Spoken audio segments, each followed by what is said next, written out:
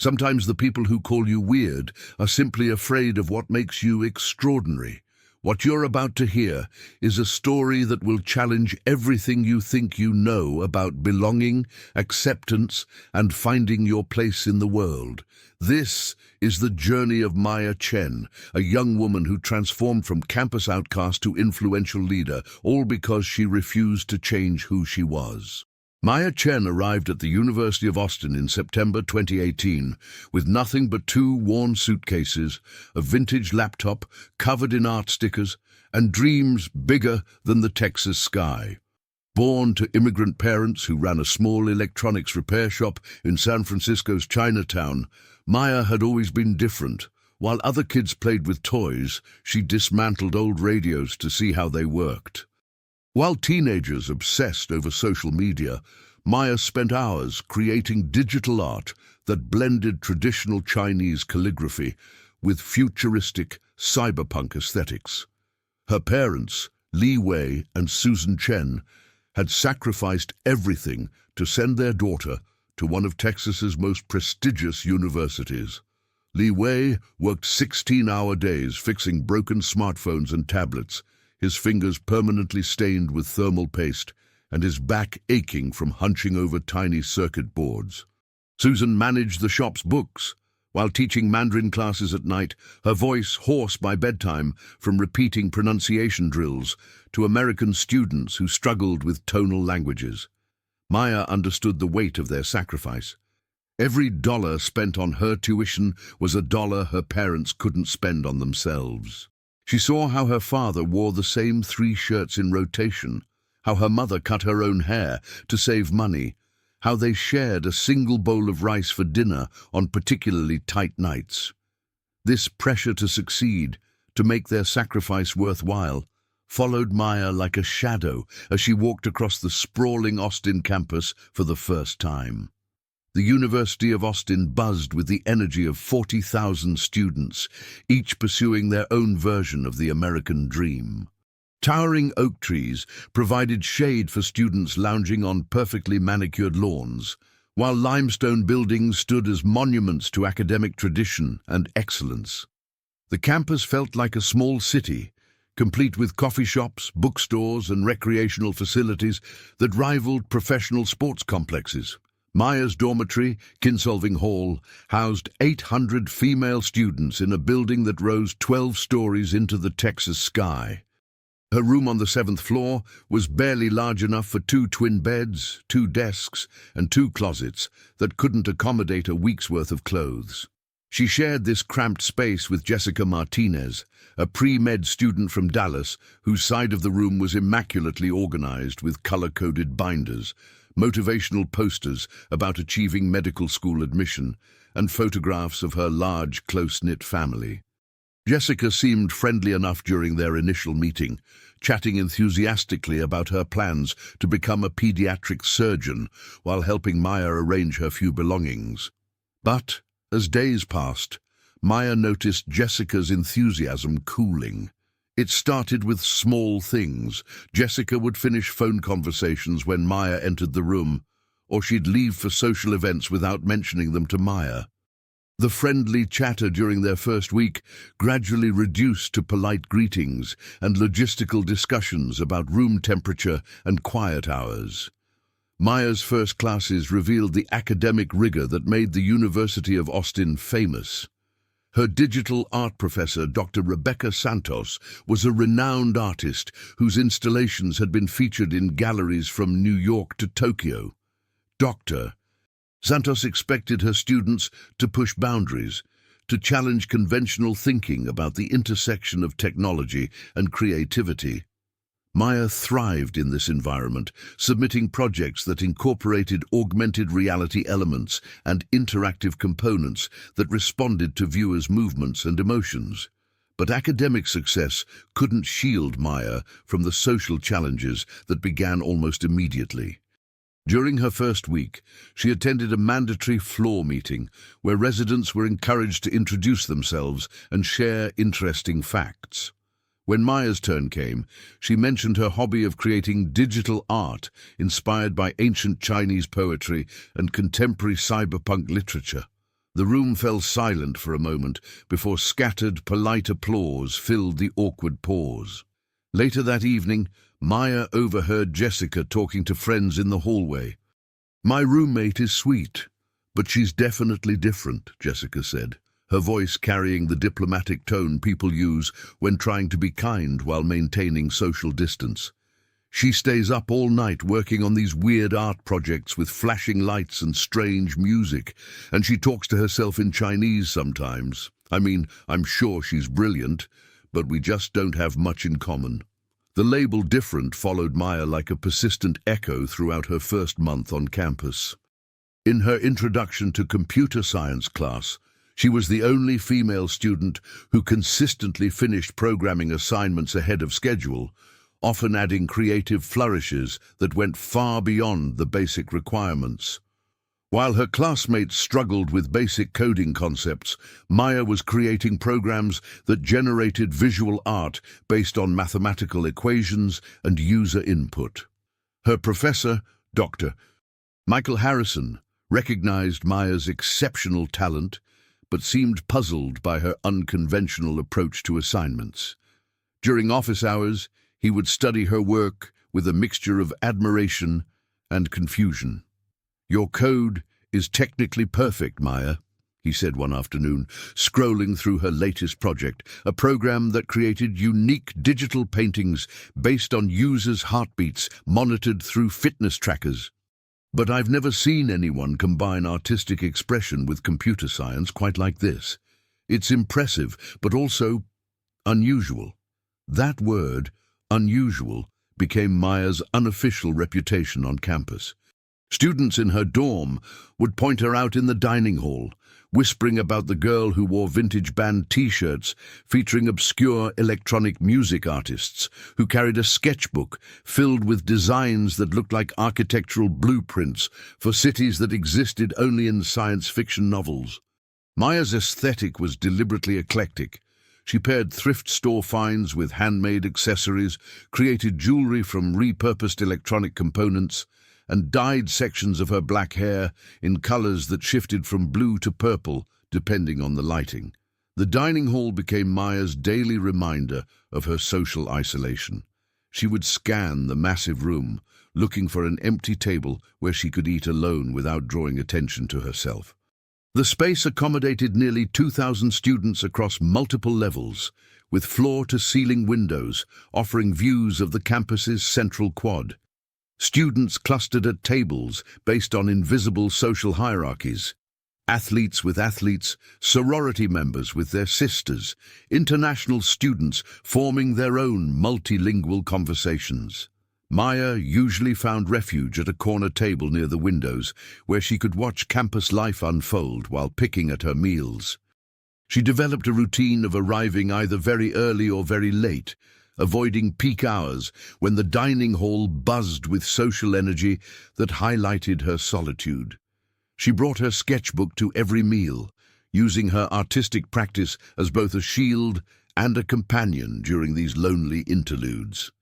One particularly difficult evening in October, Maya sat at her usual corner table working on a digital sketch when she overheard a conversation at the next table.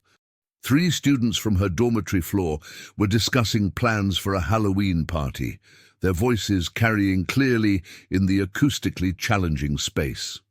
"We should definitely invite everyone from the floor," said Sarah, a business major whose room was 2 doors down from Maya's.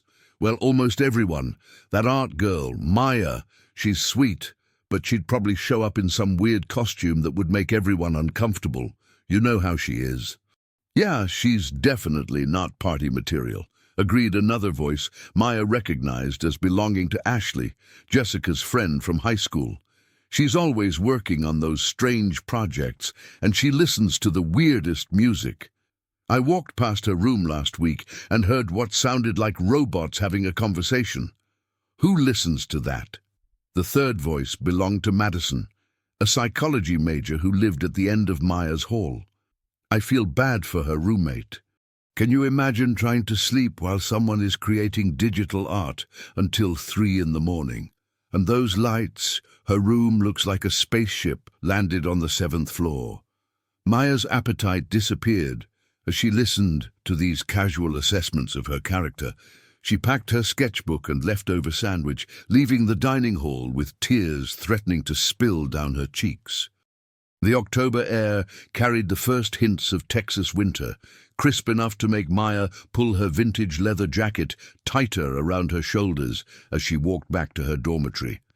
What do you think about Maya's situation so far? Have you ever felt like an outsider in a new environment? The story is just getting started, and Maya's journey is about to take some unexpected turns. That night, Maya called her parents for the first time in 2 weeks. She had been avoiding these conversations because she didn't want to worry them or admit that her college experience wasn't matching their dreams for her success. But the loneliness had become unbearable, weighing on her chest like a physical presence that made breathing difficult. Her father answered the phone in the middle of his dinner break, the sound of the repair shop's ventilation system humming in the background. "Maya, how are your studies going? Are you eating enough?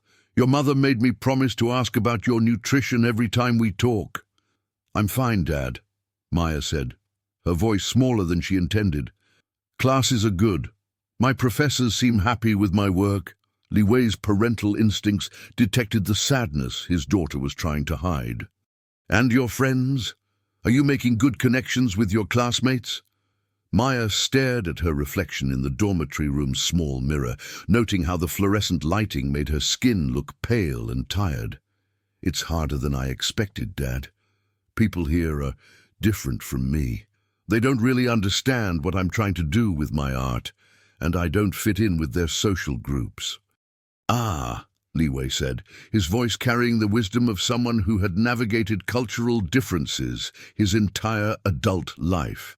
"You know, when your mother and I first came to America, we felt like aliens visiting a planet where everyone spoke a language we were still learning, but we found our community eventually. Sometimes the right people take time to discover. Thank you so much for staying with us this far. The best part of Maya's story is yet to come, and you won't believe what happens next." Susan Chen took the phone from her husband, her voice immediately warmer and more intuitive about her daughter's emotional state. "Maya, baby, are you really okay? You sound sad." Maya's careful composure cracked at her mother's gentle concern. "Mom, what if I don't find my place here? What if I'm too weird for college? Maybe I should have gone to art school instead of trying to fit in at a traditional university." "Listen to me carefully," Susan said, her voice carrying the firmness that had helped her survive immigrating to a new country with limited English and unlimited determination. "Weird is just another word for original. Your father and I didn't sacrifice everything so you could become like everyone else. We sacrificed so you could become the best version of yourself. If these people don't appreciate your uniqueness, then they're not your people. But trust me, your people exist. You just haven't found them yet." Maya wiped tears from her cheeks, feeling slightly comforted by her mother's fierce confidence in her worth. "But what if I never find them? What if I spend 4 years being the lonely art girl who eats by herself and works on projects nobody understands?" "Then you'll graduate with incredible skills, a unique perspective, and the strength that comes from surviving difficult times," Susan replied. "But I don't think that's going to happen. Something tells me your story is just beginning, not ending." After ending the call, Maya sat in her darkened dorm room listening to Jessica's gentle snoring from across the small space. Through their 7th-floor window, she could see students walking across the campus in groups, their laughter carrying up through the cool October air. Maya had never felt more alone, but something in her mother's voice planted a seed of hope that refused to be extinguished entirely. The next morning brought Maya's favorite class of the week, Advanced Digital Arts, with Dr. Santos. The classroom was located in the basement of the Fine Arts Building, a converted storage space that Dr. Santos had transformed into a high-tech creative laboratory. The walls were lined with large monitors, 3D printers, virtual reality equipment, and workstations equipped with tablets that could detect pressure and tilt with precision that rivaled traditional painting tools. Dr. Santos had assigned a collaborative project that would account for 30% of their semester grade. Students were required to work in pairs to create an interactive installation that addressed a social issue relevant to college students. Maya's heart sank as she watched her classmates immediately gravitating toward each other, forming partnerships based on existing friendships and social connections. Maya sat quietly at her workstation, hoping Dr. Santos would assign partners to students who remained unpaired. But as the classroom buzzing decreased and partnerships solidified, Maya realized she was the only student without a collaborator. The familiar sensation of being overlooked settled in her stomach like cold stone. "Maya," Dr. Santos called from the front of the classroom, "it looks like we have an odd number of students today. Would you be comfortable working on an individual project? Or would you prefer to join one of the existing partnerships as a third member?" The suggestion of joining an existing partnership as a third wheel made Maya's cheeks burn with embarrassment. She could imagine the polite reluctance of whichever pair would be assigned to accommodate her, the way they would include her in their discussions while maintaining the subtle distance that had become so familiar. "I'll work individually," Maya said, her voice steady despite the humiliation coursing through her veins. "I have some ideas that might work better as a solo project anyway." Dr. Santos nodded approvingly. "Excellent. Individual projects will be held to the same standards as collaborative work, so you'll need to demonstrate the equivalent scope and complexity. But knowing your previous work, Maya, I'm confident you'll create something exceptional." And as the other students huddled with their partners, sketching initial concepts and dividing responsibilities, Maya sat alone at her workstation, brainstorming ideas for her individual project. She decided to create an interactive installation about social isolation and digital connection, using sensors that would detect when viewers approached the piece and respond by displaying messages from lonely people around the world. The irony wasn't lost on her. Creating art about loneliness while experiencing profound loneliness herself. But Maya channeled her emotional pain into her creative process, spending hours in the Fine Arts Building basement after official class hours, programming sensors and designing visual elements that would make viewers feel less alone in their own struggles with connection and belonging. One evening in late October, while Maya was working on her project around 10 p.m., she heard footsteps in the corridor outside the classroom. The Fine Arts Building was supposed to be locked after 9 p.m., accessible only to students with special keycard access for advanced projects. Maya assumed a security guard was making rounds, but the footsteps stopped outside her classroom door. "Hello?" called a voice that definitely didn't belong to campus security. "Is someone working in there? I saw lights under the door." Maya hesitated before responding. She had been working in solitude for so many weeks that unexpected human interaction felt almost foreign. "Yes, I'm here. The door should be unlocked." The door opened to reveal a tall, thin young man with curly red hair and glasses that looked like they belonged in a 1960s science fiction movie. He wore a t-shirt featuring a band Maya had never heard of, cargo pants with more pockets than any reasonable person needed, and sneakers that had clearly seen better decades. "I'm Alex Thompson," he said, stepping into the classroom and looking around at the high-tech equipment with obvious appreciation. "I have late-night access to the music lab upstairs, and I've been seeing lights from this classroom for weeks. I got curious about who else was crazy enough to be in the Fine Arts Building after 10 p.m. Maya studied this unexpected visitor, noting the genuine friendliness in his voice and the complete absence of the polite distance she had grown accustomed to in social interactions. "I'm Maya Chen. I'm working on a project about digital isolation and human connection." Alex's eyes lit up with interest as he approached Maya's workstation and examined her installation in progress.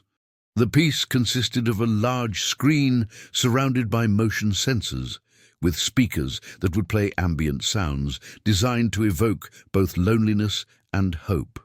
When triggered by movement, the screen would display anonymous messages from people around the world describing their experiences with isolation, creating a sense of shared humanity among lonely individuals. "This is incredible," Alex said, his enthusiasm completely unfeigned.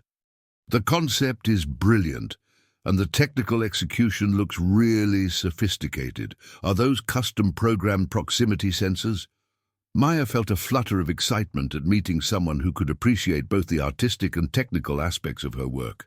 "Yes, I programmed them to detect not just movement, but the speed and duration of approach. If someone walks by quickly, the installation responds differently than if someone stands in front of it for several minutes.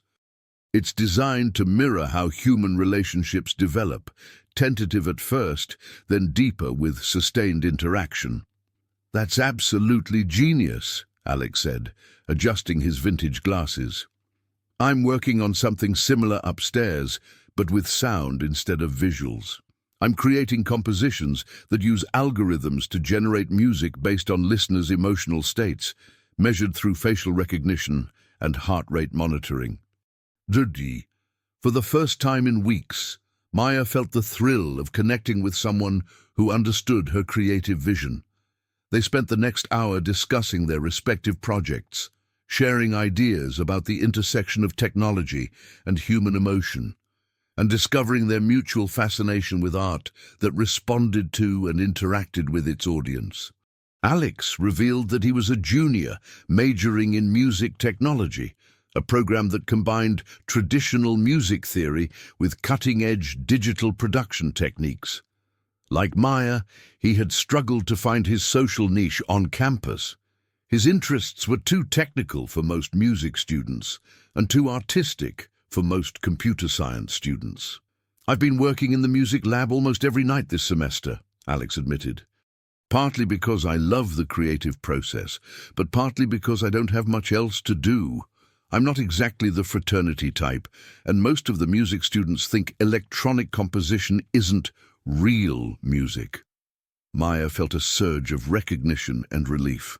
"I know exactly what you mean. People in my dorm think I'm weird because I create digital art instead of painting with traditional materials, and they definitely don't understand why I work late into the night." Want to see what I'm working on upstairs?" Alex offered. "I'd love to get your perspective on the visual elements. I've been struggling to create graphics that complement the music without overwhelming it." Maya saved her work and followed Alex up 2 flights of stairs to the music laboratory, a space that felt like mission control for a spaceship designed by someone with impeccable taste in audio equipment. The room contained synthesizers, mixing boards, computer workstations, and speakers that probably cost more than Maya's parents earned in a month. Alex's current project was a composition that analyzed listeners' micro-expressions through a small camera and adjusted musical elements in real time to match their emotional states. When someone smiled, the music became brighter and more uplifting. When they frowned, minor keys and slower tempos would emerge. The goal was to create music that could actually improve people's moods by responding to their emotional needs. "This is incredible," Maya said, listening to the composition adjust as Alex demonstrated different facial expressions. "But you're right about the visual component. The screen just shows basic waveforms right now. What if we created graphics that evolved with the music, abstract shapes and colors that responded to both the audio and the listener's emotions?" Alex's face lit up with excitement. "Yes, that's exactly what I've been trying to figure out. Would you be interested in collaborating? I know Dr. Santos requires you to work individually, but maybe we could create complementary pieces that could be displayed together." Maya felt a warmth spreading through her chest that had nothing to do with the music lab's heating system. "I would love that. Maybe we could create an installation about connection. Your piece would help people feel better, and mine would help them feel less alone. Together, they could address both emotional isolation and emotional healing. Lo, they worked together until nearly midnight, brainstorming ways their projects could complement each other while remaining distinct enough to satisfy their respective assignment requirements. Alex suggested they could display their pieces in adjacent spaces, allowing visitors to experience both the community aspect of Maya's work and the therapeutic aspect of his composition. As Maya walked back to her dormitory through the quiet campus, she felt lighter than she had in months. Finding Alex felt like discovering a secret door in a wall she had assumed was solid. Maybe her mother had been right.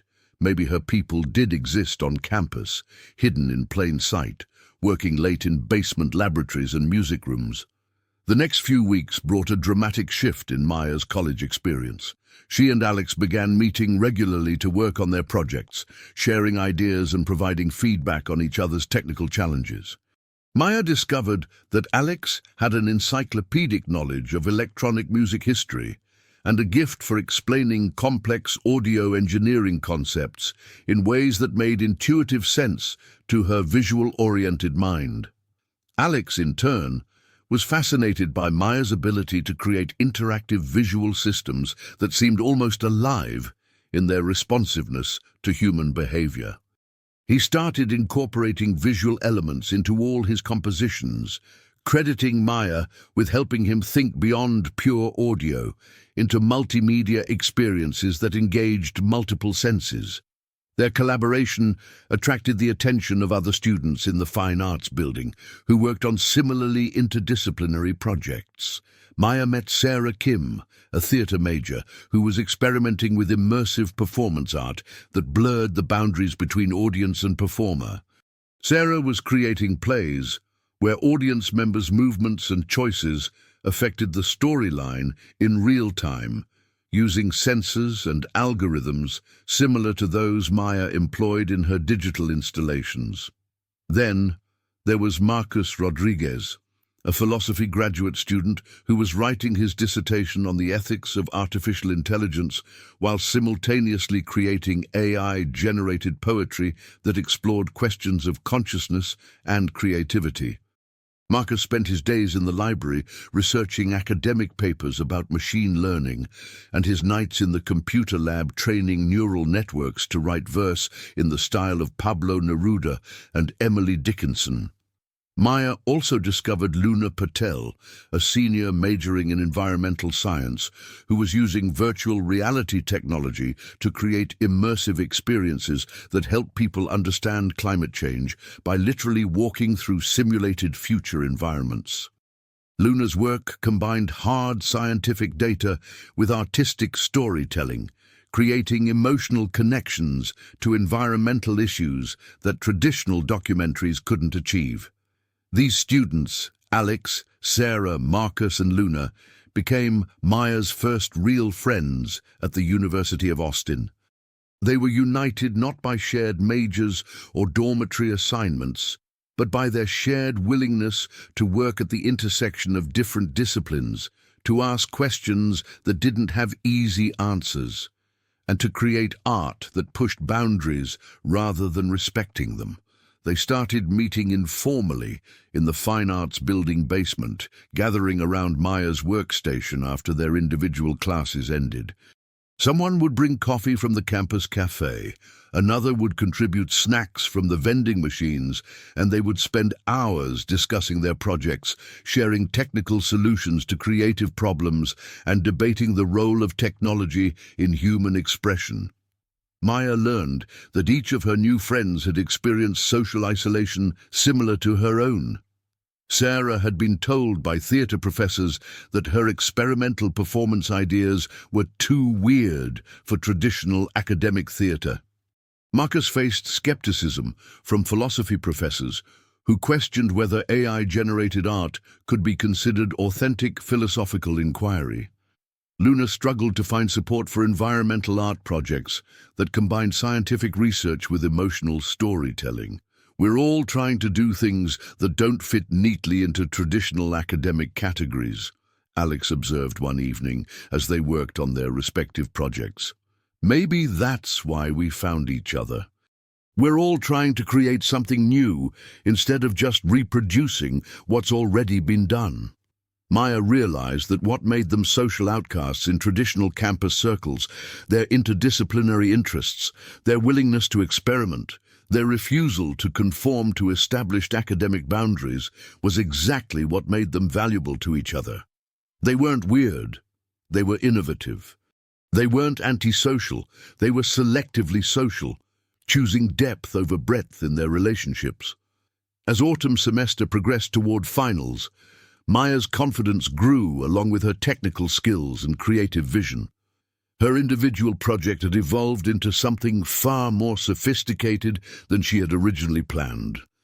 With input from Alex on audio elements, Sarah on interactive storytelling, Marcus on philosophical frameworks, and Luna on environmental consciousness, Maya had created an installation that addressed multiple aspects of human isolation and connection.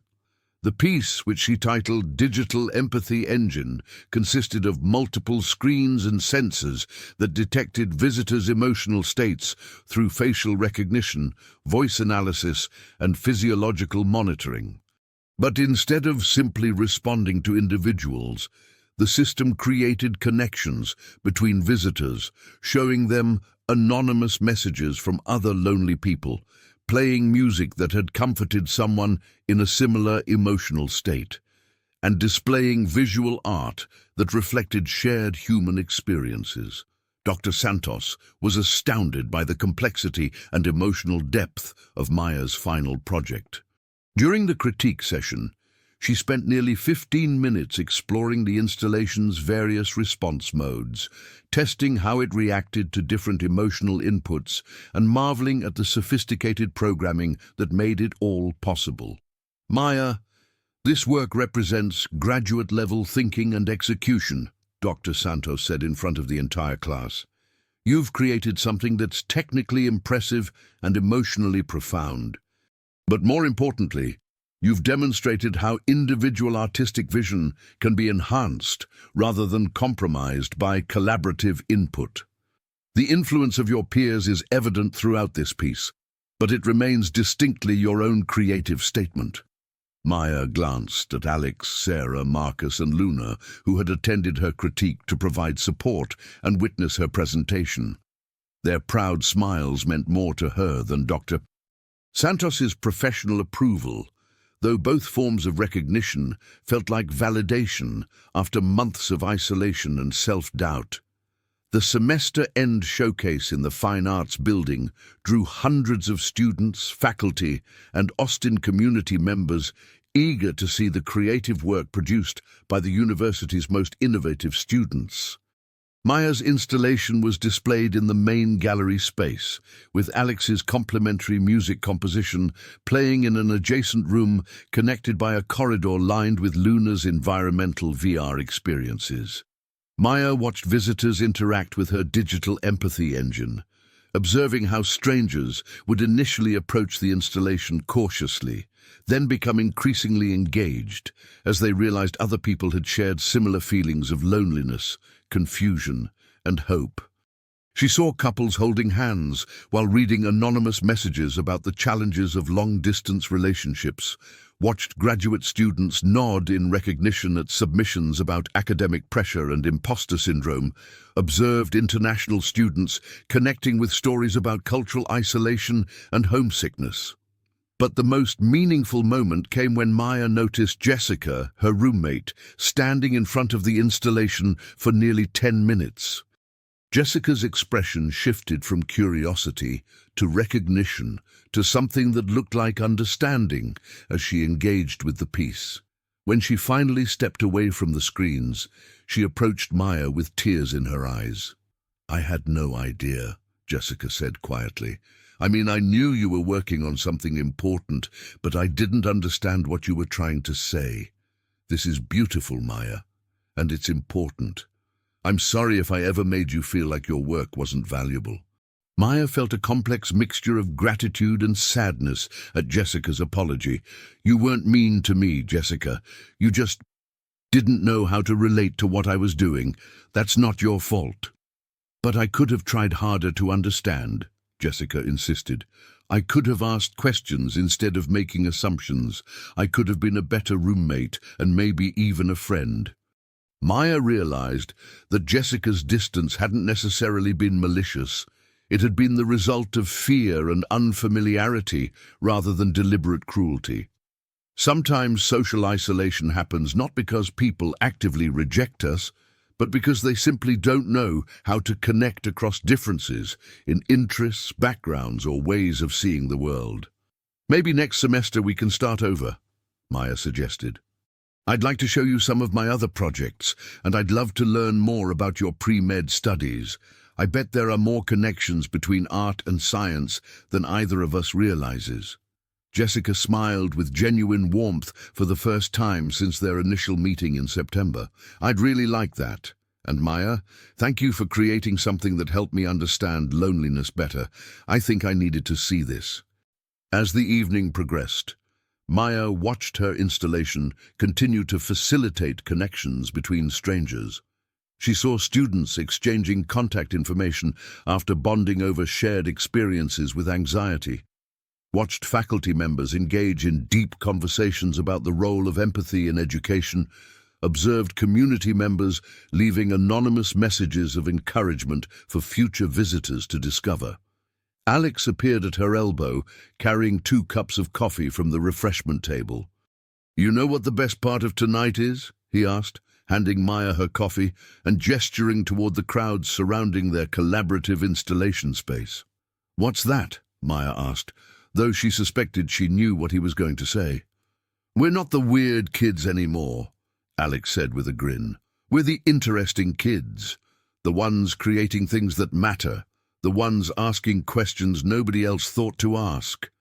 Maya looked around at the diverse crowd, engaging with work created by her and her friends.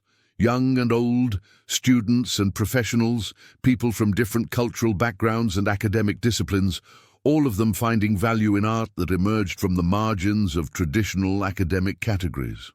"Actually," Maya said, taking a sip of coffee and watching Sarah explain her interactive theatre piece to a group of fascinated visitors, "I think we were always interesting. We just needed to find the people who could see that." The success of the semester showcase led to unexpected opportunities for Maya and her friends. Dr. Santos recommended Maya for a summer research position, working with a team of computer scientists and artists developing therapeutic applications of interactive media. Alex was invited to collaborate with the university's counseling center on compositions designed to reduce student anxiety during finals week. But perhaps more importantly, their tight-knit group had attracted other students who felt similarly displaced by traditional social categories. By spring semester, their informal gatherings in the Fine Arts Building basement had grown into a recognized student organization called Interdisciplinary Innovators, with Maya serving as the founding president. The organization provided a space for students working at the intersection of different academic disciplines, hosting workshops on collaborative creativity, organizing showcases for experimental art and research, and offering peer support for students whose interests didn't fit neatly into established departments. Maya's parents visited campus during family weekend in the spring, eager to see the environment where their daughter had found both academic success and personal happiness. Li Wei and Susan Chen walked through the Fine Arts Building with obvious pride, examining their daughter's latest installations and meeting the friends who had become like a chosen family to Maya. "Your mother and I are so proud of you," Li Wei told Maya as they sat in the campus coffee shop overlooking the central quad. "Not just because of your grades or your art, but because you stayed true to yourself even when it was difficult. That takes real courage." Susan Chen reached across the table to squeeze her daughter's hand. "Remember what I told you on the phone last fall about finding your people? I can see that you've built something even better. You've created a community where people can be themselves and help each other grow. Maya looked out the coffee shop windows at students walking across the quad in small groups, talking animatedly about classes, projects, and weekend plans. She thought about her first weeks on campus when she had sat alone in the dining hall, watching other people's social connections with envy and sadness. I learned that belonging isn't about changing yourself to fit existing groups, Maya reflected. Sometimes it's about creating space for people who don't fit anywhere else. Sometimes the best tribes are the ones you build yourself. As her sophomore year came to an end, Maya had become something she never expected during those lonely first months: a campus leader. Not because she had conformed to traditional leadership models, but because she had created new models that made room for different types of students to thrive. The interdisciplinary innovators had grown to include more than 50 students from across the university, representing majors from engineering to philosophy, from business to fine arts. They had secured funding for collaborative projects, established partnerships with local tech companies and art galleries, and created mentorship programs that helped incoming freshmen find their academic and social niches more quickly than Maya had managed to do. Maya's personal artistic practice had evolved as well. Her installations became increasingly sophisticated, incorporating elements from her friends' disciplines and addressing complex social issues through interactive technology. She started receiving invitations to display her work in galleries throughout Austin, and even got featured in a regional art magazine that described her as an emerging voice in socially engaged digital art. But the most significant change was in Maya herself. The quiet, isolated freshman who had eaten alone in dining halls and cried on phone calls with her parents had transformed into a confident young woman who could facilitate group discussions, organize collaborative projects, and provide mentorship to other students struggling with social integration. Looking back on her college experience, Maya realized that the people who had called her weird in the beginning weren't necessarily wrong. She was different from the mainstream campus culture. But she had learned to reframe different as distinctive, weird as innovative, and outsider as trailblazer. The label that had once caused her pain became a source of pride. Maya was weird in the best possible way. Weird enough to ask questions nobody else was asking. Weird enough to create art that mattered. Weird enough to build communities that welcomed other weird people who were doing interesting things with their lives.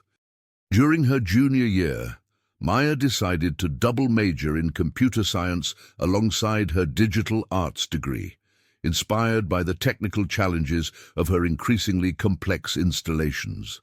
The computer science department, initially skeptical of her artistic background, quickly recognized her exceptional programming abilities and creative problem-solving approaches. Maya's senior thesis project became a campus-wide installation called the Connection Network, a series of interactive stations throughout the university that help students discover others with shared interests, similar experiences, or complementary skills. The system used sophisticated algorithms to match people based not just on obvious demographics, but on deeper compatibility factors like creative processes, learning styles, and life goals. The installation was so successful that the university's Student Services Department adopted it as a permanent resource for helping new students build social connections. Maya's code became the foundation for a campus app that continued to facilitate meaningful relationships long after she graduated. As Maya prepared for graduation, she reflected on the journey from isolated freshman to campus innovator. The transformation hadn't happened overnight, and it hadn't been easy. There were still moments of self-doubt, still days when she felt like an outsider despite her leadership roles and social connections. But she had learned that finding your tribe isn't a destination. It's an ongoing process of creating spaces where authentic connections can flourish. Sometimes you find existing communities that welcome you. Sometimes you have to build new communities that reflect your values and interests. Maya's story spread beyond the University of Austin campus through social media posts, local news coverage, and word of mouth from impressed professors and visitors to her showcases. She started receiving messages from students at other universities who felt isolated by their interdisciplinary interests or unconventional creative practices.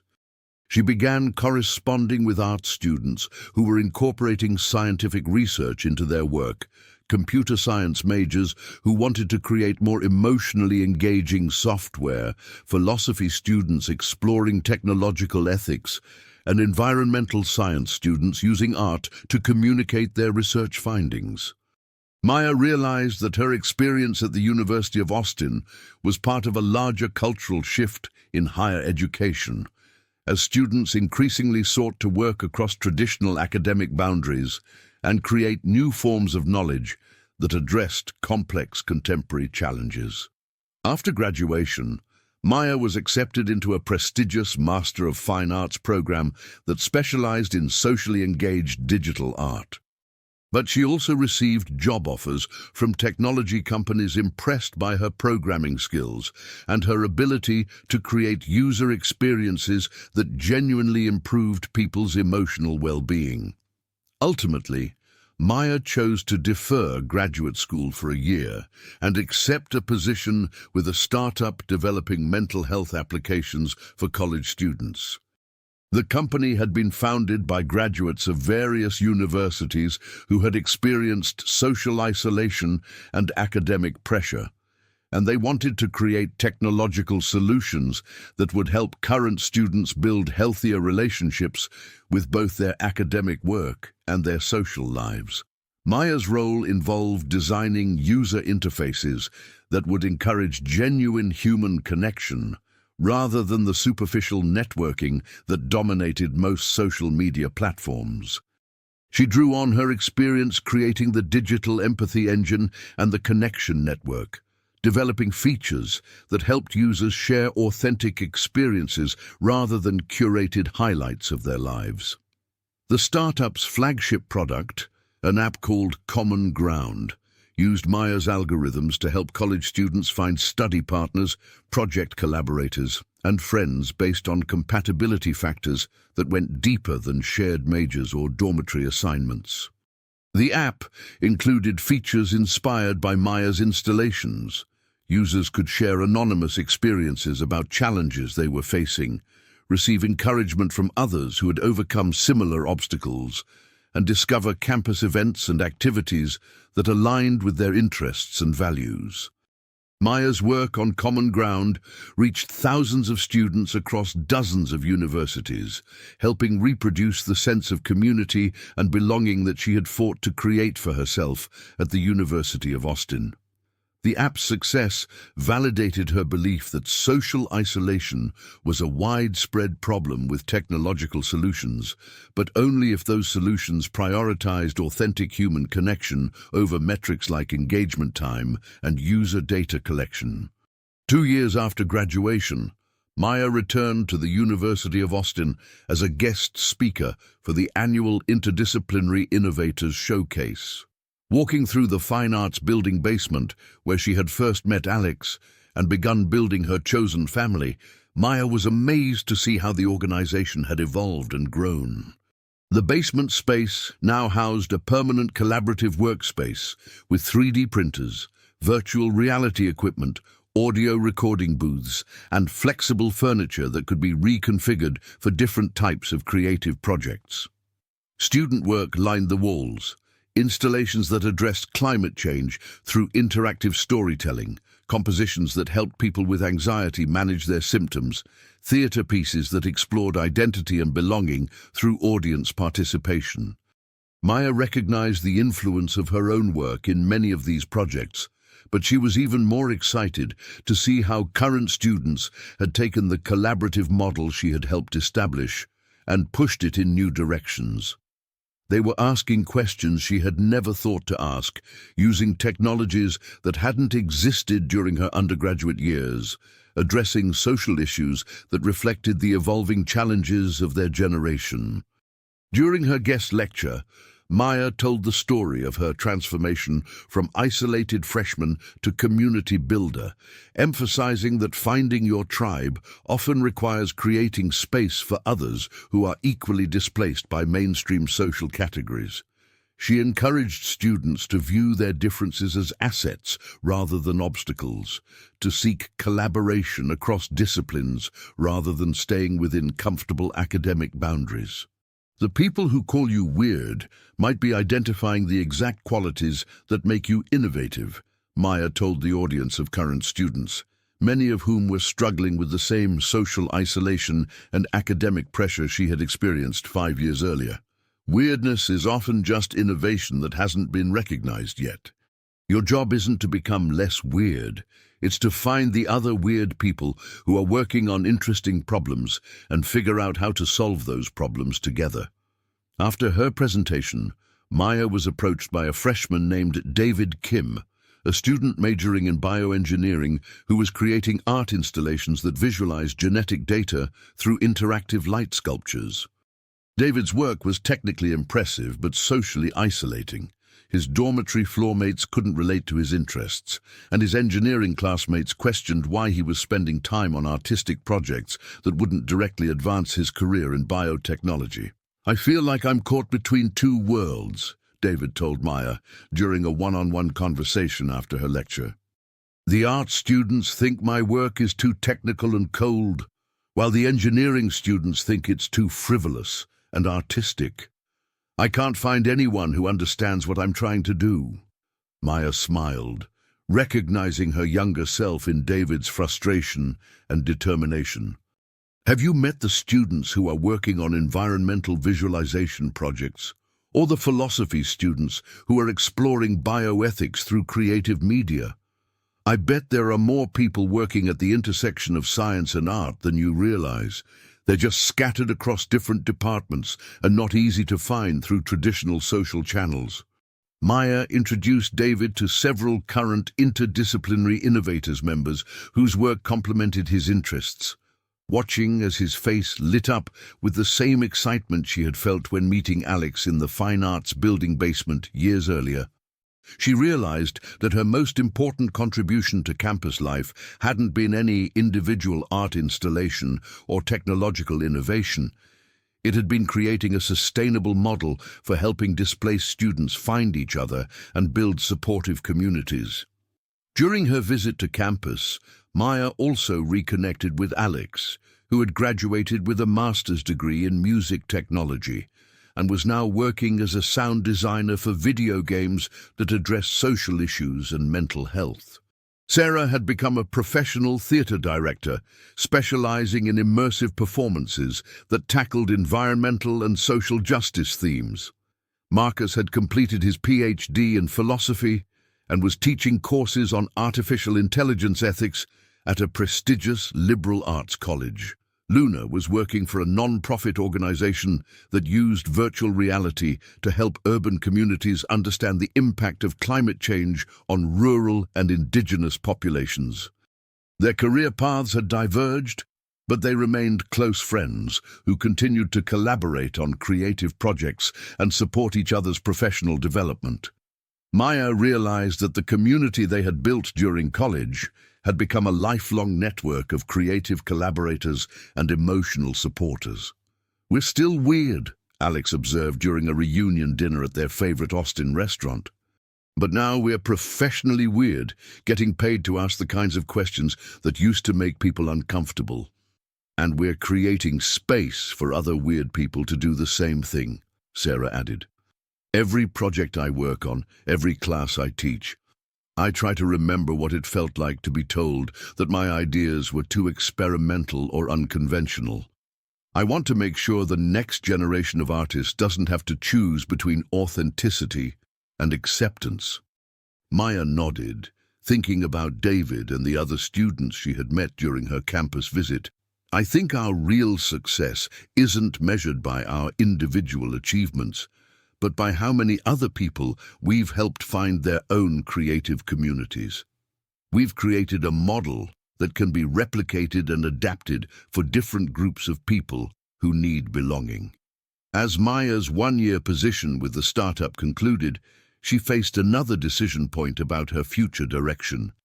She had been accepted into doctoral programs in both computer science and digital arts, offered full-time positions with several technology companies, and invited to join the faculty at universities impressed by her work, combining artistic practice with technological innovation. After months of deliberation, Maya chose to return to graduate school, but not in either of the fields where she had originally been accepted. Instead, she designed her own interdisciplinary PhD program that combined computer science, digital arts, psychology, and education, focusing on how creative technology could be used to address social isolation and build authentic communities. Maya's dissertation research involved creating technological tools that help displaced students find each other across different universities, building on her campus-specific work to develop systems that could operate at regional and national scales. She partnered with student services departments at dozens of institutions, collecting data about what factors contributed to successful social integration for students with unconventional interests or backgrounds. The research confirmed what Maya had suspected based on her own experience. Traditional approaches to helping students make friends, orientation events, dormitory programming, extracurricular fare, were most effective for students whose interests aligned with mainstream campus culture. Students working at the intersection of different disciplines, pursuing unconventional creative practices, or coming from underrepresented backgrounds often needed different strategies for finding community. Maya's dissertation became the foundation for a comprehensive platform called Interdisciplinary Network, which connected students, faculty, and professionals working on boundary-crossing projects across multiple institutions. The platform included features for collaborative project development, mentorship matching, resource sharing, and virtual showcases that allowed participants to display their work to audiences beyond their home campuses.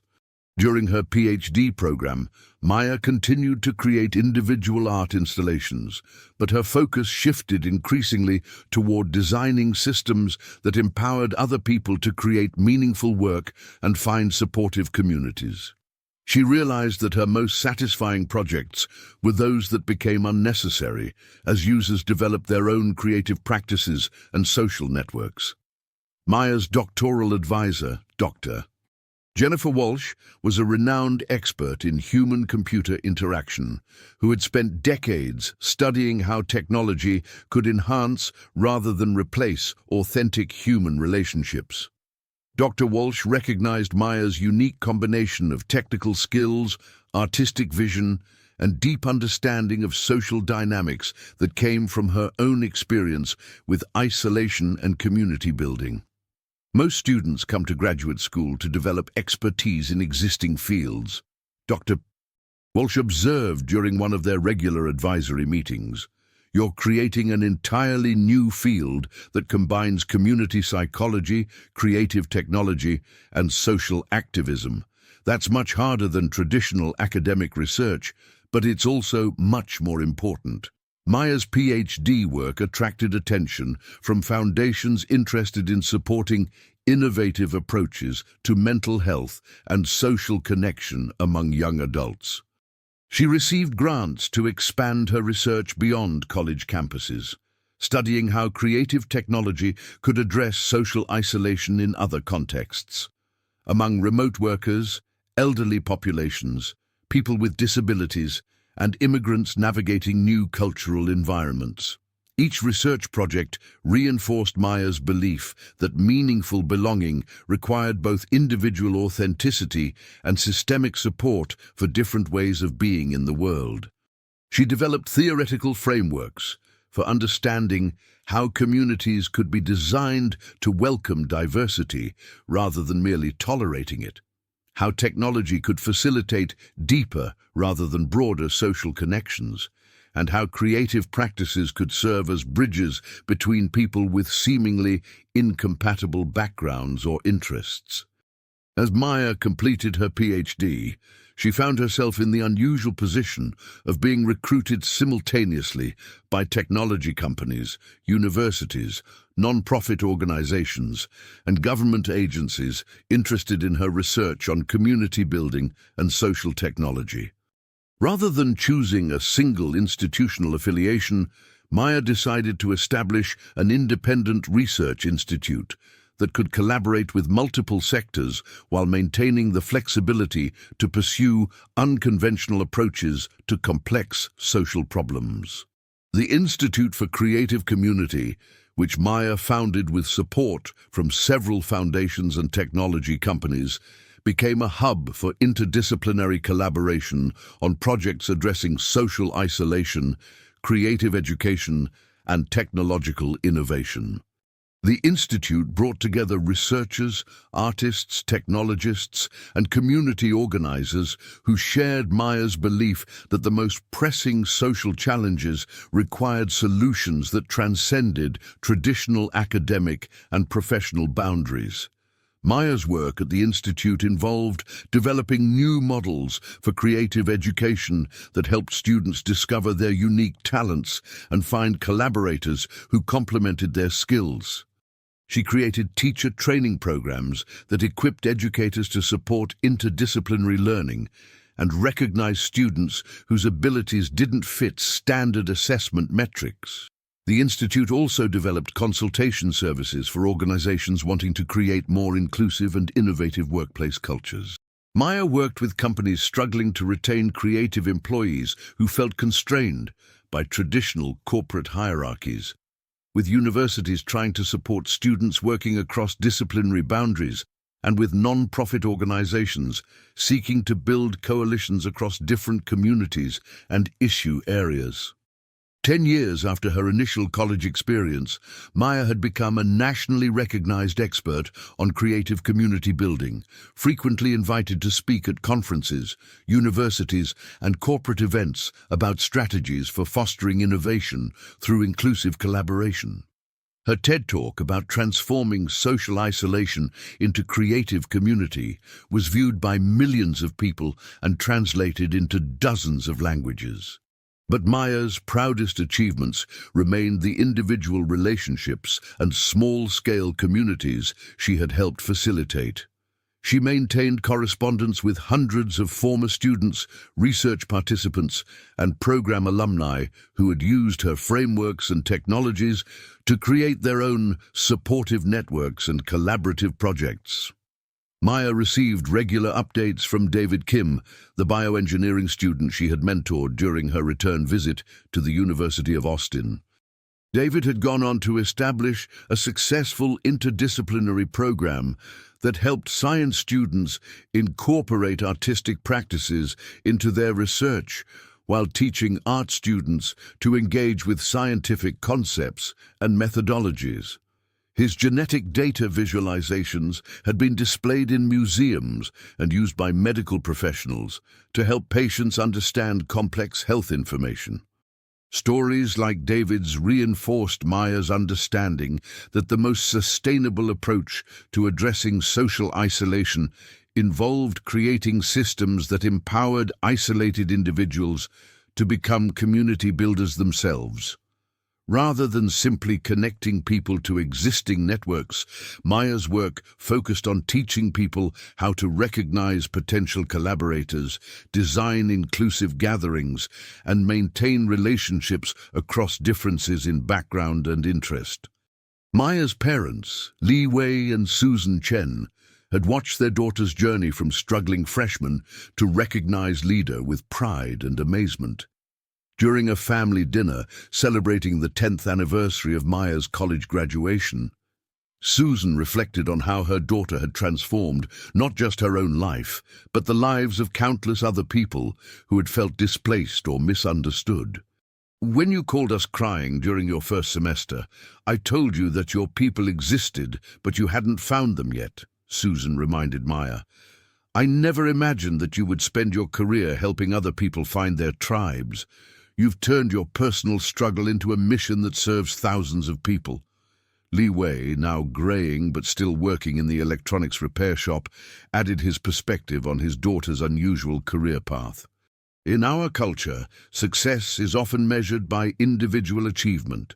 The highest grades, the most prestigious job, the biggest salary. But you've defined success as collective flourishing. You've built something that helps entire communities thrive. Maya realized that her parents' immigrant experience had provided a valuable perspective on belonging and community building that informed her professional work.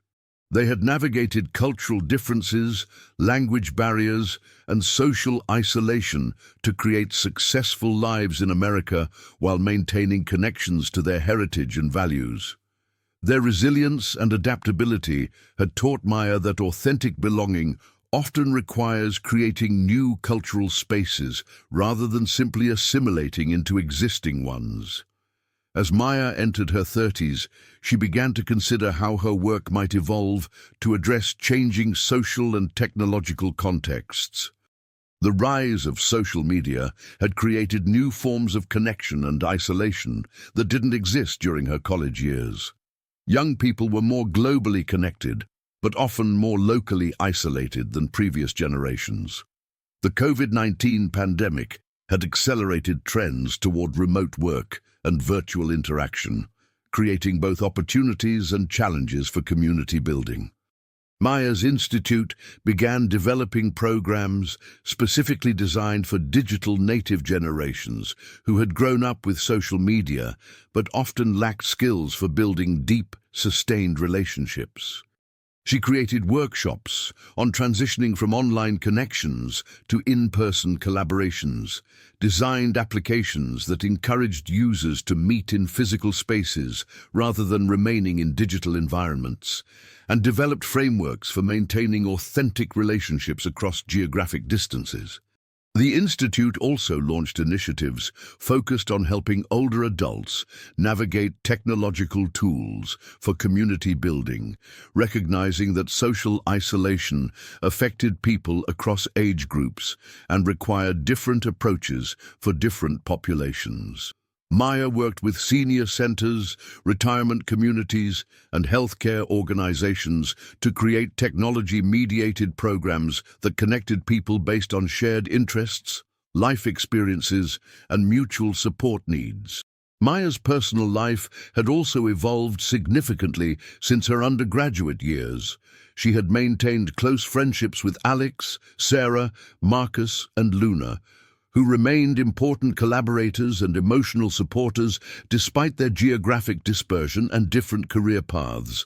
She had also developed romantic relationships with partners who shared her values around authentic community building and creative collaboration. At 32, Maya married Chen Wei, a social worker and community organizer who specialized in supporting immigrant families navigate American educational and healthcare systems. Chen Wei's work complemented Maya's research perfectly.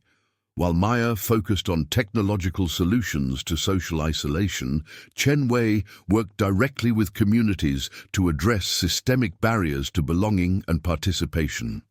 Their wedding celebration reflected the inclusive, interdisciplinary approach that had characterized Maya's entire adult life.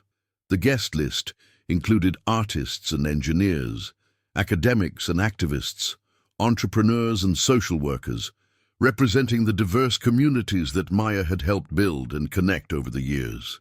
The ceremony itself incorporated traditions from Maya's Chinese heritage and Chen Wei's Mexican background, creating new cultural practices that honored both families while establishing their own unique traditions. Maya and Chen Wei's partnership became a model for how personal relationships could support professional missions while maintaining individual autonomy and creative expression. They collaborated on projects at the intersection of their respective expertise. Chen Wei provided community organizing knowledge that helped Maya's technological solutions address structural inequalities, while Maya's creative approaches helped Chen Wei develop more engaging and effective advocacy strategies. Together, they established a family foundation focused on supporting young people who were creating innovative solutions to social isolation and community disconnection. The foundation provided grants for student-led projects, funded mentorship programs that connected experienced community builders with emerging leaders, and supported research on how different cultural communities approached belonging and social integration.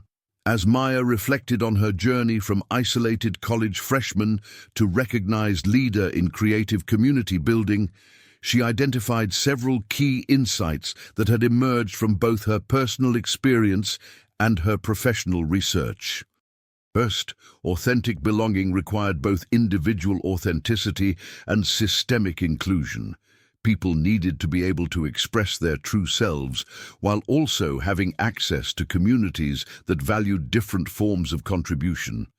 Second, the most sustainable communities were those that empowered members to become leaders and mentors themselves, creating regenerative cycles of support and growth rather than dependency on charismatic founders or external resources.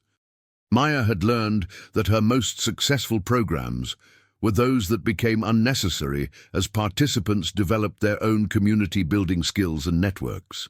Third, creative collaboration across differences required structured support and facilitation, especially in early stages when participants were still learning to communicate across disciplinary, cultural, or experiential boundaries. Maya's technological tools and educational frameworks provided scaffolding that helped people develop relationship skills that could eventually operate without technological mediation. Fourth, addressing social isolation required simultaneous attention to individual healing and systemic change. Therapeutic approaches that helped people overcome trauma and develop social skills, combined with institutional reforms that made communities more accessible and inclusive for people with diverse backgrounds and needs. Finally, Maya had learned that community building was itself a creative practice that required ongoing experimentation, reflection, and adaptation. The strategies that had worked during her college years needed continuous updating to address new social challenges, technological capabilities, and cultural contexts. As Maya approached her 20th college reunion, she began working on a book that would synthesize her personal story with the research findings and practical frameworks that had emerged from her professional work. The book, titled From Weird to Wonderful, Building Communities That Celebrate Difference, became a bestseller that inspired community-building initiatives in educational institutions, workplaces, and neighborhoods around the world. The book's success led to speaking engagements and consulting opportunities that took Maya to 6 continents, where she learned how different cultures approached questions of belonging, creativity, and social innovation. Each international experience added new dimensions to her understanding of community building, revealing both universal human needs for connection and culturally specific approaches to fostering inclusive collaboration. Maya's story had become larger than her individual journey. It represented a broader cultural shift toward recognizing and celebrating different forms of intelligence, creativity, and social contribution. The weird students, who had once felt isolated on college campuses, were increasingly recognized as essential contributors to innovation and social progress. Universities began establishing interdisciplinary programs and support services specifically designed for students working across traditional academic boundaries. Technology companies started recruiting employees with diverse backgrounds and unconventional career paths, recognizing that the most complex challenges required teams with varied perspectives and skill sets. Maya's influence extended beyond individual institutions to policy discussions about education, mental health, and social innovation. She served on advisory boards for federal agencies developing programs to address social isolation among young adults, testified before legislative committees considering funding for interdisciplinary research and creative education, and consulted with international organizations working to support displaced populations and immigrant communities. But perhaps the most meaningful measure of Maya's impact was the network of former students, research participants, and program alumni who had become community builders in their own right. Teachers who created inclusive classrooms for students with learning differences. Social workers who developed creative therapy programs for isolated elderly adults. Engineers who designed accessible technologies for people with disabilities. Artists who used their creative practices to bridge cultural divides in diverse communities. Each of these individuals carried forward the principles Maya had learned during her own transformation from isolated freshman to community leader. That difference is a resource rather than a deficit. That authentic belonging requires both individual courage and systemic support. That the most meaningful communities are those built by people who have themselves experienced exclusion and committed to creating more inclusive alternatives. As Maya prepared for her 20th college reunion, she planned to return to the University of Austin campus with her own teenage daughter, Maya Chen, who was beginning to consider colleges and career paths. Maya Chen had grown up surrounded by the creative communities her mother had helped build, attending summer camps for interdisciplinary young artists, participating in family foundation programs that connected young people across cultural and economic differences. Maya Chen represented a generation that had grown up with greater acceptance of diverse forms of creativity and intelligence, but also faced new challenges around digital communication, environmental uncertainty, and global connectivity that required innovative approaches to community building. Maya looked forward to seeing how her daughter and her peers would adapt and expand the frameworks for inclusive collaboration that had emerged from her own generation's struggles with belonging. Looking back on her journey from the lonely freshman who ate dinner alone in the campus dining hall to the recognized leader who had helped thousands of people find their creative communities, Maya felt grateful for the pain and isolation that had motivated her initial transformation. Without experiencing deep loneliness, she might never have developed the empathy and determination necessary to create systematic solutions for social isolation. Maya's story had become proof that personal struggles could be transformed into collective resources, that individual healing could contribute to social change, and that the qualities that make people seem weird in traditional contexts might be exactly the qualities needed to address the challenges of an increasingly complex and interconnected world. The young woman who had been called weird in college had indeed found her tribe, and in the process of finding it, she had created frameworks that helped countless other people discover their own possibilities for authentic belonging and creative collaboration. Maya's journey from isolation to community leadership demonstrated that sometimes the most important contribution we can make is creating space for other people to become the fullest expressions of themselves. What do you think about Maya's incredible transformation? Have you ever found yourself in a situation where being different actually became your greatest strength? This story shows us that sometimes the journey from isolation to belonging isn't about changing who we are. It's about finding or creating communities that celebrate what makes us unique. If Maya's story resonates with you, consider subscribing to our channel for more inspiring stories about people who turned their greatest challenges into their most meaningful contributions.